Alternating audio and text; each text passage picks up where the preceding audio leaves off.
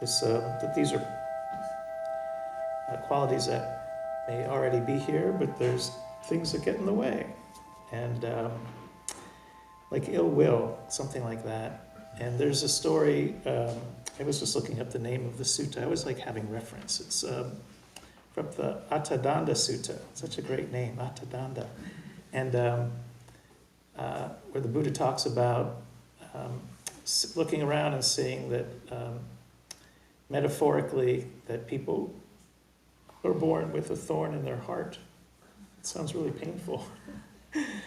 And that is that all of us can possibly have ill will, or which could come, or having ill will meaning, I wrote down a few things. What is ill will? It could be unfriendliness, hatred, to make somebody feel bad, and then we take things personally, like we have hurt feelings, and we have bad feelings. We might have resentment. Anybody not have any of those? Any hands for not ever having? So it's a kind of a good observation. And how does it feel? Like when we have wanting to maybe even feel hate or feel, like wanting to make someone feel bad or to have hurt feelings, to take things personally. And I know there's different ways of putting it, but it doesn't feel good. Anybody agree? How does it feel? Like this idea of being maybe even very self-centered. Yeah, so there could be different ways to describe it. Like I know sometimes I would have thought of, it's like being in a small space, like a closet. Recently I was at a talk where someone called it like a box. I thought, oh yeah, that sounds like being in a box. But we're getting so caught up in worried thinking, for example, or anger, that it's kind of closed, that there's something that's in the way, some kind of obstacle, and it can feel contracted, and it might relate to anxiety, classical obstacles for not seeing clearly in Buddhism, or include the hindrances, obstacles, also means obstacles, and they're all obstacles like strong desire, almost like greedy desire, or aversion, which is hate, that these can cloud the mind so we can't see clearly. Also includes like doubt or uncertainty and restlessness and remorse, as well as sleepiness, things that we just don't see very clearly. And they can all, you have to really, this is for you to discover. I wouldn't want to say how it is for you, but it might feel kind of more contracted or closed or just not seeing.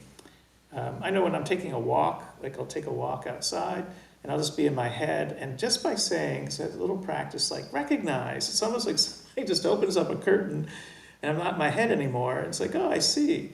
And anybody ever notice that you've driven from somewhere and you just wondered how you got there because you were in your head the whole time? So it's a good thing that we have this autopilot for driving, so, but it's just trying to illustrate or connect with folks that maybe you've had this experience. And so the thorn in the heart is such an interesting metaphor. I know I wanted to read it and I didn't print it, so sorry about my phone here. This is a quote translated by someone at accesstoinsight.org.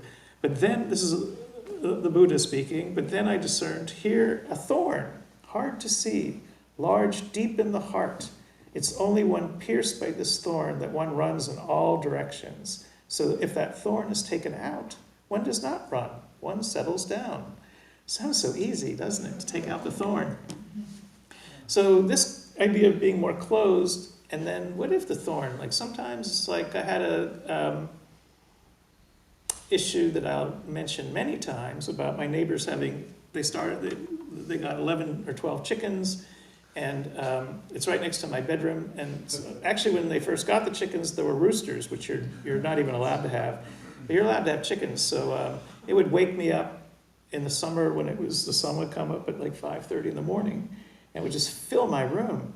And I had a lot of ill will for the chickens and for my neighbor. And what it was that her and this is like sad, her grandfather, who was her caretaker, died, and like she The minute he passed away, Harvey, a lovely man, the minute she passed away, she got like 12 chickens and a bunch of ducks, and it was like, yay, I'm in charge. So anyway, I had a thorn in my heart, and I remember being pissed off every day, and it was also because of being shocked, like, adrenaline when you're being woken up by, and, the ducks were, so it was natural, but I realized it was really me suffering. It was dukkha, it was suffering. It was a bumpy ride, and then it just dawned upon me to be nice, to just say, let her know first of all, but at first I wasn't very nice, I have to say. But then I realized just to be nice if I can help in any way. And it turns out that from that conversation, she wound up getting some very thick insulation for her little chicken and duck house, and then made sure that she didn't let them out before 7 a.m., kind of like, and it really changed things. So it was like sending love and kindness to the duck. I love ducks, I love chickens, I love my neighbor, but not for that short period. So in a way, the thorn was released for that one example, but there's a lot of other ones. But I like that metaphor. It's like, oh yeah, because it does feel like there's something really, it doesn't feel good. Even if I'm self-righteous and I'm correct, it doesn't feel good. So there can be that opening up to goodwill and clear seeing and clear thinking in everyday life that it can remove some thorns. So I thought that was a good example. And I wanted to also share a story about other ways that we could go into the state. And one is a story, if you've heard it already, you'll hear it again. We'll offer this to you, but it was a study that was done a couple decades ago at a seminary school, a Christian seminary school, to experiment on behavior. And so they found a group of students who were studying, and they were, it was a setup, kind of like candid camera in a way for this experiment, that they were learning about something in one of the older New Testament called the Good Samaritan. And I'm in a church, I'm sorry, I don't know so much about it, but about that story, but this was somebody who helped people along the road. The Good Samaritan was like this beautiful person, like saint-like person, who helped people along the way. And they were learning about the story from the Bible, and they were to give a presentation on this day. And so what they did, they had this group of people where half of them, they held them so that they couldn't get to their class. And so they were late. And the other group, they let go so they could be on time. And so for both groups, they planted somebody along the way who was like hurt, like the Good Samaritan, that they needed help. And so statistically, the people who were on time and had plenty of time to get to their class, like 80% of them stopped to help the person along the way. And it was the opposite, that all the people who were late and kind of in their head and like, oh my God, now they made me late, I'm going to be late for my, my test or whatever, like 80% of them just walk right by. And so, not to say that I got the exact statistics correct, but I know the outcome was that people who were so in their heads and stressed and rushed and who really had clear intentions to be good people, they were training to be some kind of spiritual leader, they just, it was natural, they're human. They got caught in their self, they got caught in, it's kind of this survival to get a good grade. And I think that's why I like to share that story, is that, oh yeah, I get in that situation if I'm a little bit late. And it also relates to patience, a bit about patience, maybe a slightly different turn down the road, but like how does it feel to be really impatient? Like how that kind of very impatient, versus like just even taking a moment to take a few breaths and say, oh yeah, maybe I could change my attitude, change my posture, take a few breaths and be patient. Like, how does that feel? And it's something for ourselves as much as for other people. Like, oh, that might feel more open and expanded versus closed and contracted. Or being in a state of worry, which is very natural, but that the Buddha has many teachings to be able to watch the mind, to be able to like say, oh yeah, there's thinking, and to even notice there's thinking and to know what we're thinking. That's part of the 4 foundations of mindfulness. So you know that you're thinking, and with some practice, it's all a training, to know that you're thinking that maybe these are thoughts that are like fuel, like putting fuel on fire. It's like, oh, now I'm like just adding to it by my thinking. But when we see that, those are not wholesome or healthy or beneficial, it's like, oh, I can see this is like a thorn in my heart.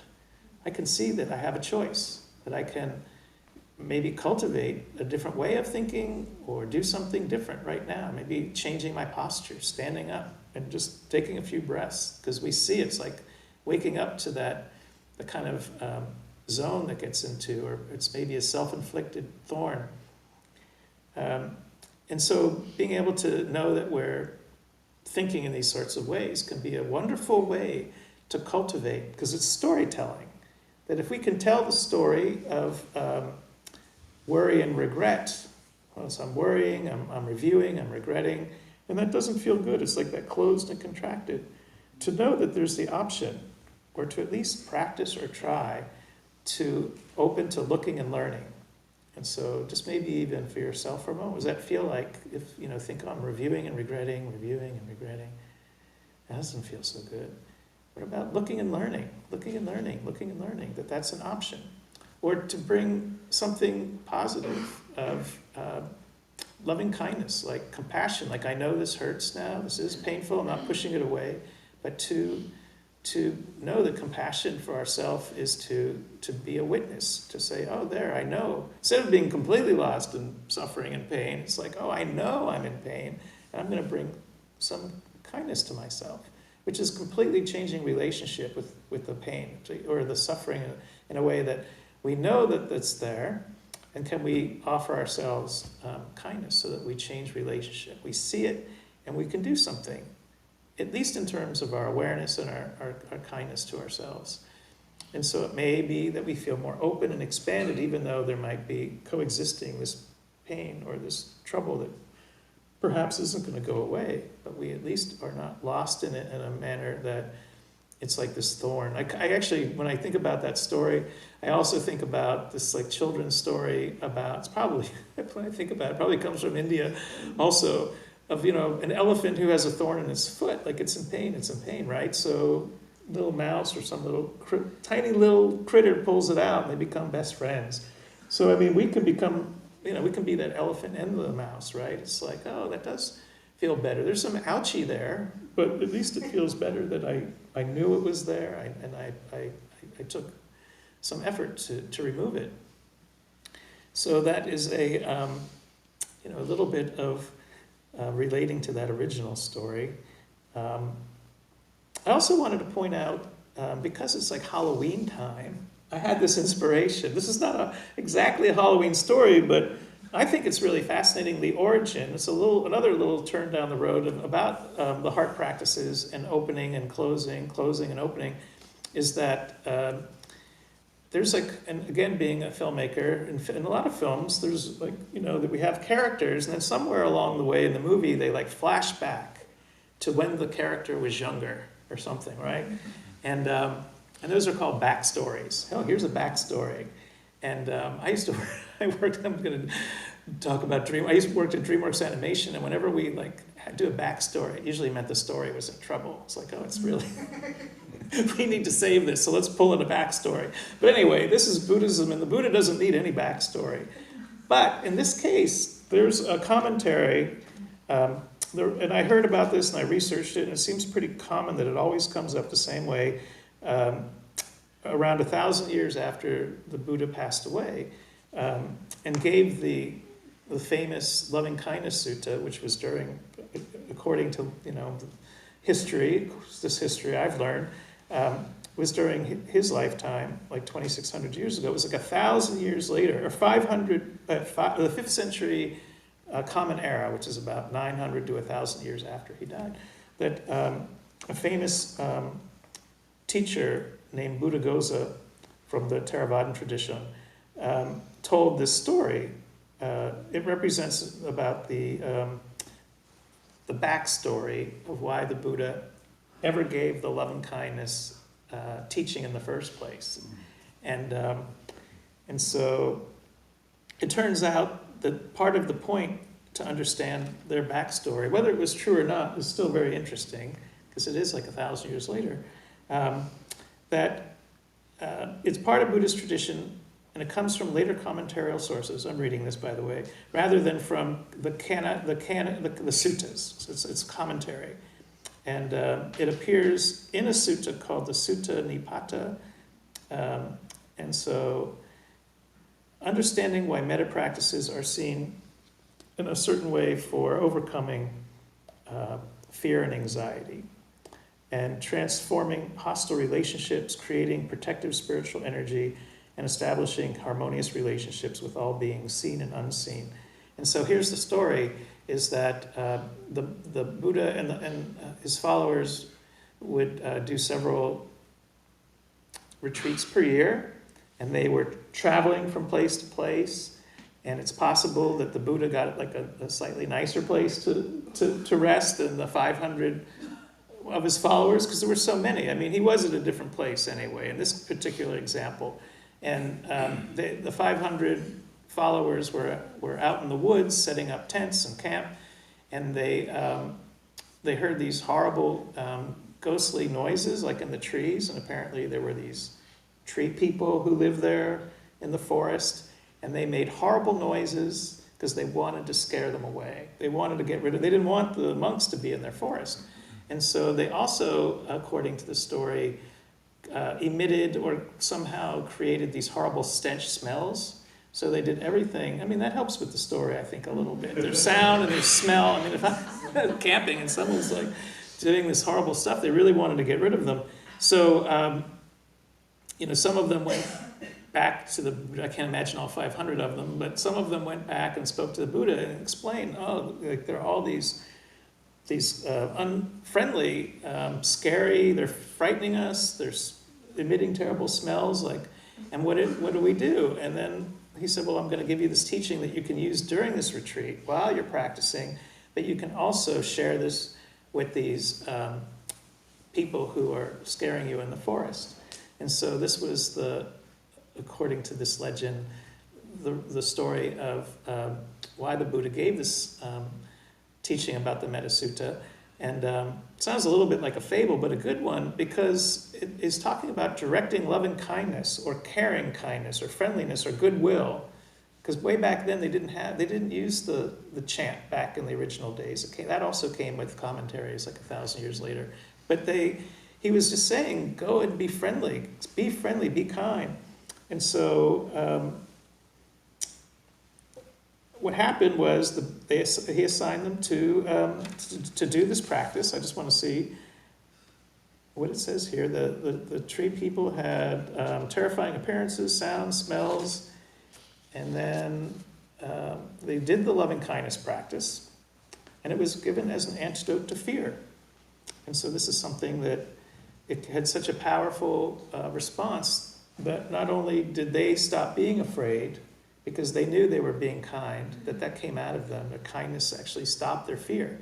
And that these like ghoul-like people actually were so touched by their offering of kindness that not only did they stop, but they actually wound up offering them to stay and to protect them. So there was this kind reciprocation that they became friendly with each other.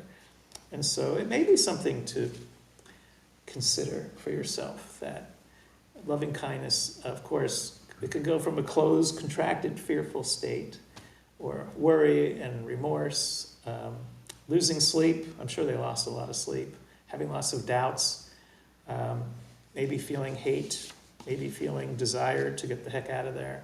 But that it became an antidote for their fear and their hindrances, and it became a way for them to be kind of like the way I was kind to my neighbor and her chickens. So, and I was losing sleep over the sound. And they smelled too. I just want to say they brought flies, and they brought, suddenly all these flies came, and there were rats too. So I'm being honest about all that.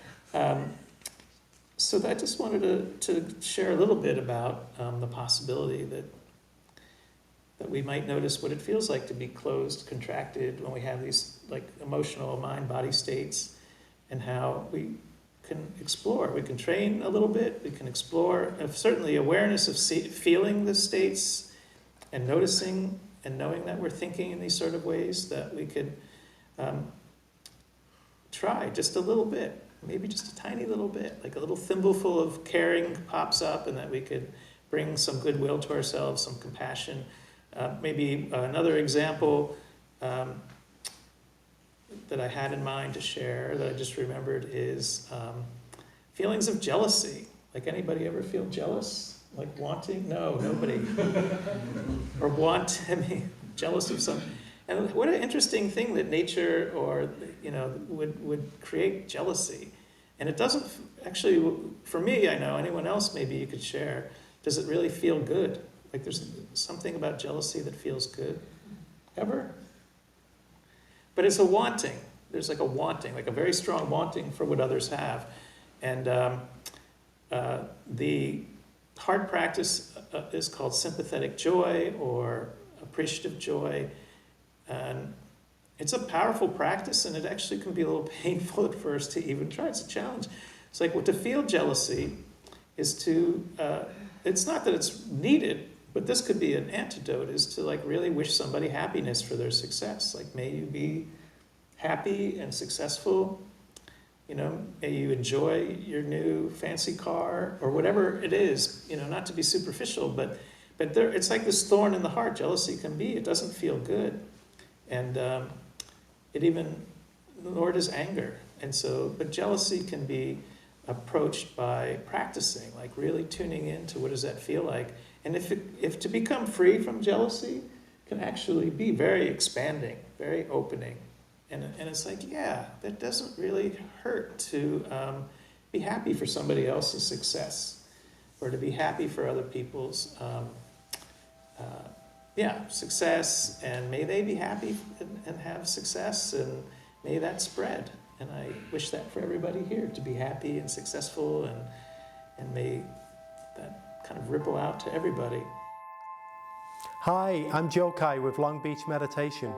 Your gracious generosity make these programs possible. If you found this video to be of value, please consider making a donation here. If you'd like to watch more videos like this one, then you can click here.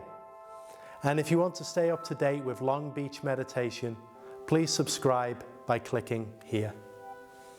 Thank you so much.